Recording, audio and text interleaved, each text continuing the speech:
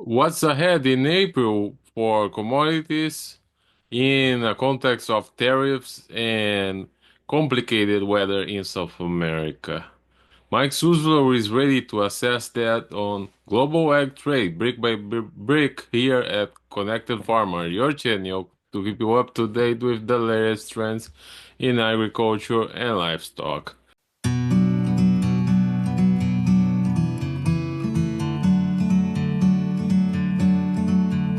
So after a brief break, Mike is back here to comment about a lot about the geopolitics, a lot about commodities and markets. So before we jump into a lot of things about South America, Mike, please give us a take on what you think is going to happen with the tariffs. India has already signalized that. They would lower a lot of tariffs on their side, and that will bring more agricultural products from the United States to that Asian countries. While Israel also said they would not impose any tariff on the US. Do you think many countries would follow suit? Yeah, I think we have less likelihood of India and some of the Middle Eastern countries. Mexico, I think, falls into that category, Luis. They're already in a pretty deep recession, even before the auto tariffs were announced, earlier than what was expected. And they still have a pretty significant ongoing drought that's going to be impacting their agriculture sector, specifically their feeding ability to use domestic feed to take care of their huge livestock population. And so I feel like those countries are less likely to become issues for the trade. I still think that we have not heard from China. And I would say that since we last spoke, the gold has made new record highs in anticipation, I think, of more frictions coming, both geopolitically, but especially when it comes to China. I'm beginning to think that the gold market is looking at the US China relationship more than anything in terms of why it keeps making new highs. I myself have, talked before on this program about the idea that the first 100 days of President Trump's administration is very important to get a trade deal signed and worked out with China specifically, Canada and Mexico as well, but especially China. I think we've gone backwards in that respect. In other words, a couple of weeks ago, President Trump was talking about President Xi coming to the U.S. in the not too distant future. We haven't seen any of that at this point. And so I suspect the tea leaves are reading right now that the Chinese and the U.S.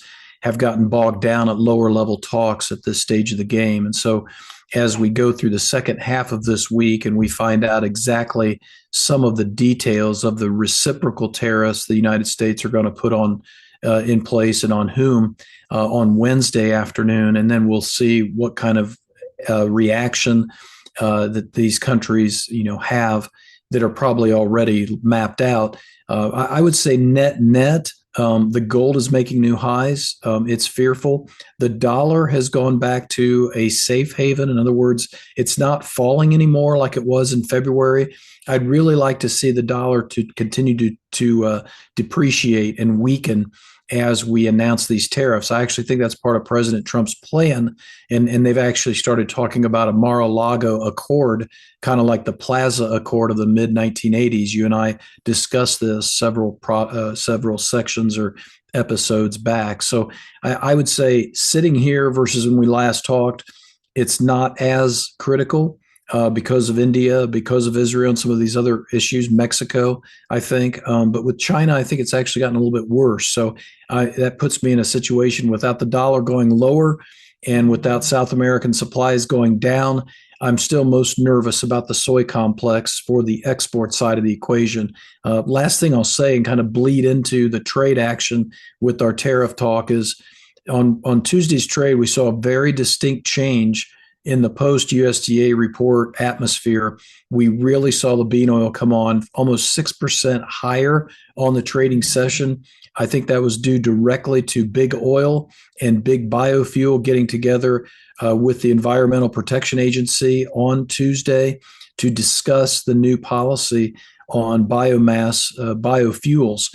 And they're really going after a big increase in biodiesel while keeping corn ethanol pretty much unchanged. But we're talking about going from about 3.5 billion gallons of soybean oil diesel, SAF, and other biodiesel, all the way up to 5.5 billion gallons potentially. So could be a 70% increase from what we're looking at. So not a surprise with that news that the bean oil was being bought and the soy meal was being sold, because what are we going to do with all that meal as livestock production goes down?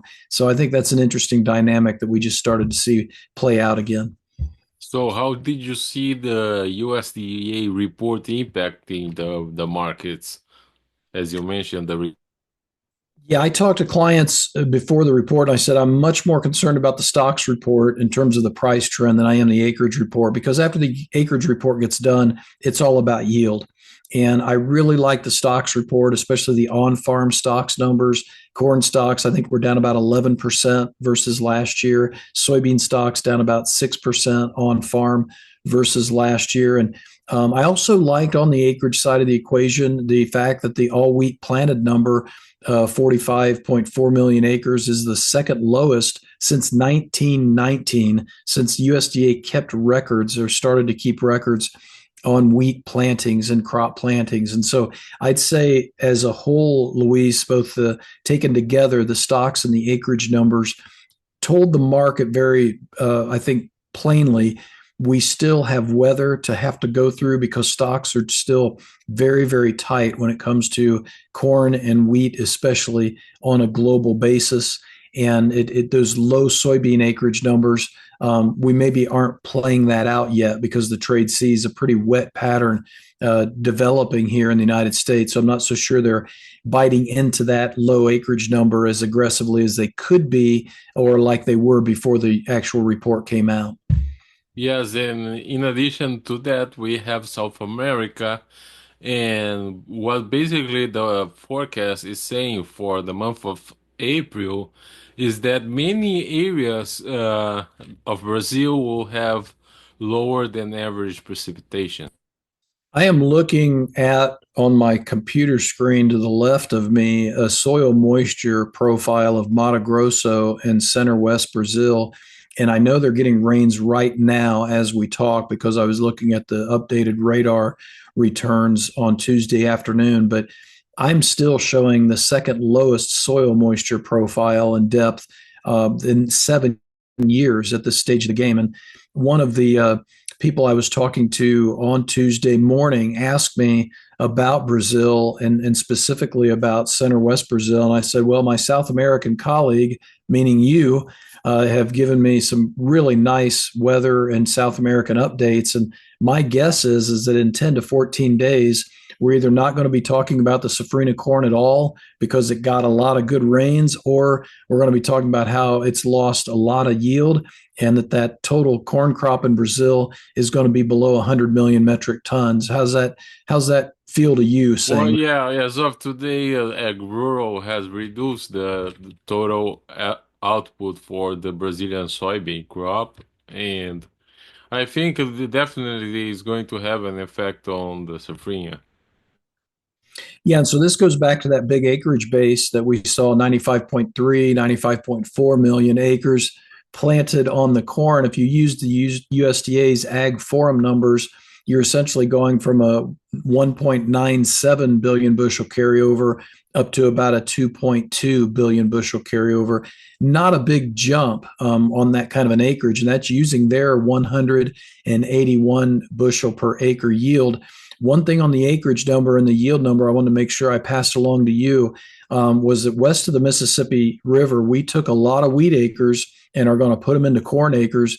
And there's a lot of drouthy weather issues going on from essentially North Dakota all the way down to the Texas panhandle. And so I think that 181 yield number is very, very big and is really grasping at the top end of the yield potential at this stage as we get into April 1st.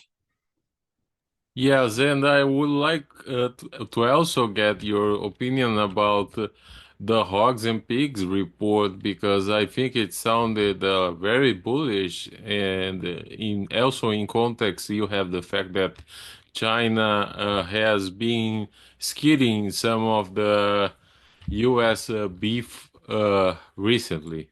Yeah, on the hog side of the equation, we have had a couple things happen that have brought the fundamentals back around and stabilized the market. And we're going into the Easter seasonal too. That's also very helpful, typically with the ham prices going up because of the ham seasonal here for Easter holiday, which that's probably now peaking and getting ready to go away because the buying of the packers is really hot and heavy essentially right now because we're within about 2 to 3 weeks of Easter Sunday. But I did like the cold storage report, which showed continued tight supplies of pork, followed up with the hogs and pigs report. I had talked to clients about the idea that maybe that we wouldn't see as much in breeding inventory numbers because I had heard anecdotally from some producers of a big PRRS outbreak, a big disease outbreak in key states like Indiana, Ohio, Michigan, and even kind of getting into the Western Corn Belt states of that all important southern Minnesota, Iowa hog market. And so I think the hogs and pigs report picked up on that. And between those two things and then a very strong weekly pork export sales report again last week, hogs have become a real stabilizing factor. Unfortunately, for the cattle market, that has come at the price of a very nervous and weakening Wall Street. And so I'm really nervous about summer grilling season for the cattle market with as high a prices we have. And I think maybe the egg price high is in place as well. And the funds have, I think, been trading that, buying the cattle, buying the beef and the protein because of the egg shortage. So I'm a little bit more nervous about cattle heading into summer grilling season than I have in the past couple of years. Thank goodness the hogs are stable. So, what are your final marketing suggestions at this time? Yeah, the weekly charts for corn, beans, and wheat, and the fact that we're near the record high in the live cattle futures, that all works really well with the fundamentals that you and I have been talking about.